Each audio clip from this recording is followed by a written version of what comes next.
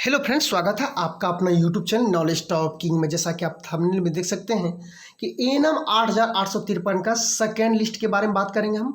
ठीक है, चूंकि आपके दिमाग में सवाल है कि सर एएनएम 8853 का सेकेंड लिस्ट आएगा या फिर नहीं आएगा। ठीक है, और एएनएम और जीएनएम की न्यू बहाली। ठीक है, और एक पॉइंट और है, संविदा कर्मी की परमानेंट करने का मांग तेज। ठीक है, और एक सवाल है आपके दिमाग में जो 8853 है। ठीक है, इसमें ज्वाइनिंग को रिगार्डिंग को लेकर के। ठीक है, इसमें डाउट है कि सर मैट्रिक और इंटर को लेकर के सर्टिफिकेट में। ठीक है, देखिए हम बताते हैं। इसमें डाउट क्या है, किसी किसी के पास इंटर का सर्टिफिकेट नहीं है तो उसका कहना है सर मेरे पास सर्टिफिकेट नहीं है तो क्या सर हमको ज्वाइनिंग नहीं मिलेगा। मेरी बात सुन लीजिए, 8853 जो है ये बहाली निकला आपका मैट्रिक लेवल पे। ठीक है, तो आपको जो है मैट्रिक का जो है आपके पास होना चाहिए ओरिजिनल सर्टिफिकेट। ठीक है, सुन लीजिए मेरी बात को, मैट्रिक का आपके पास क्या होना चाहिए, ओरिजिनल सर्टिफिकेट। और एएनएम को जो आपको डिग्री मिला है, ठीक है, उसका ओरिजिनल सर्टिफिकेट चाहिए।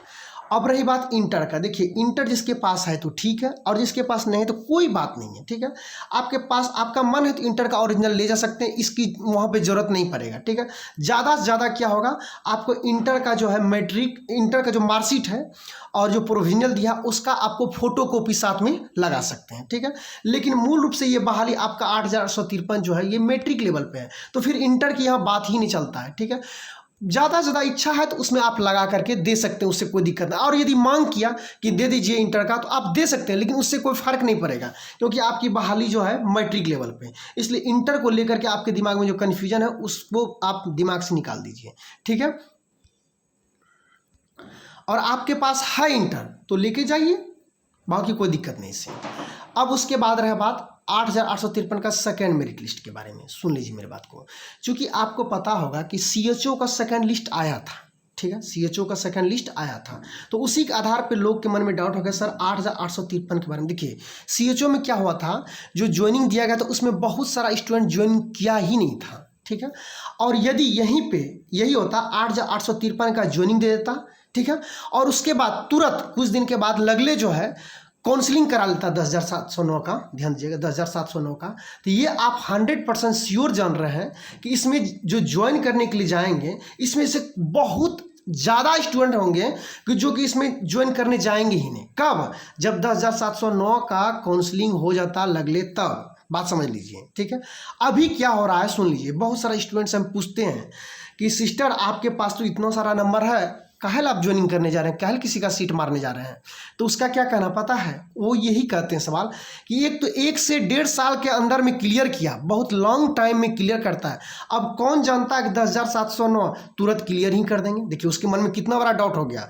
डाउट इसलिए हो गया क्योंकि इसको जो ज्वाइन करने में लेट लगा है इसके वजह से उसके दिमाग में डाउट हो गया। ठीक है, तो उसका कहना यह रहता है कि हम ज्वाइन कर लेते हैं, जब 10,709 में हो जाएगा तो हम इसको छोड़ देंगे। ठीक है, और रही बात, देखिए जिसको हाई फाई नंबर होगा, इसमें कुछ होंगे जो स्टूडेंट ज्वाइन करने नहीं जाएंगे, ये भी बात सही है। सुन लीजिए, इसमें बहुत सारे स्टूडेंट होंगे जो ज्वाइन करने नहीं जाएंगे क्योंकि जिसको हाई फाई नंबर है, और आप देख रहे हैं कि होम जिला बहुत कम चांस है, बहुत कम लड़की को मिला है, बहुत ज़्यादा दूर दराज दे दिया, जैसे पूर्णिया दे दिया है, चंपारण दे दिया है, पूर्वी चंपारण, पश्चिमी चंपारण, मतलब बहुत दूर दूर दे दिया गया। ठीक है, उस कंडीशन में स्टूडेंट के साथ प्रॉब्लम हो रहा है क्योंकि उतना दूर में जाकर के ज्वाइन करेगा तो पैसा कितना टा बचेगा। ठीक है, तो बहुत सारे स्टूडेंट होंगे जो ज्वाइन नहीं करेंगे, लेकिन अधिकतर चांस है कि इसमें जाकर के ज्वाइन कर जाएंगे। ठीक है, अब रही बात सेकेंड लिस्ट कैसे आएगा।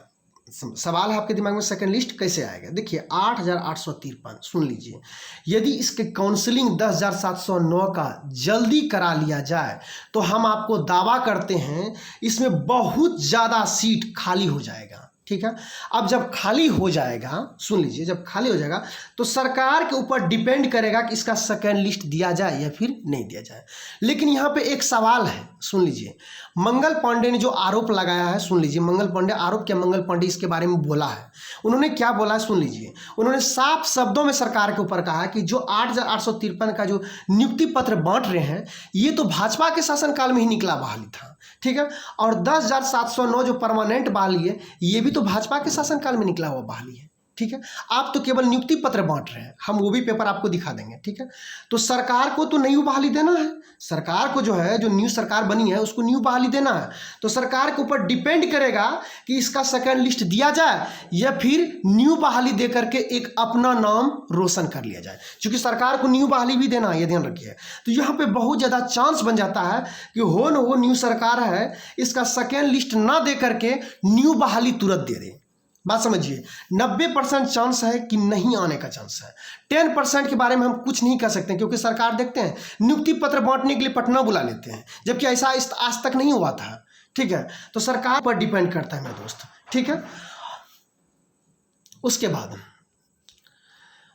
उसके बाद संविदा कर्मी को परमानेंट, देखिए इधर ही आप देखेंगे सुशील कुमार मोदी ने सरकार के ऊपर सीधा आरोप लगाया कि संविदा कर्मी के जगह पे परमानेंट बहाली निकाला जाए।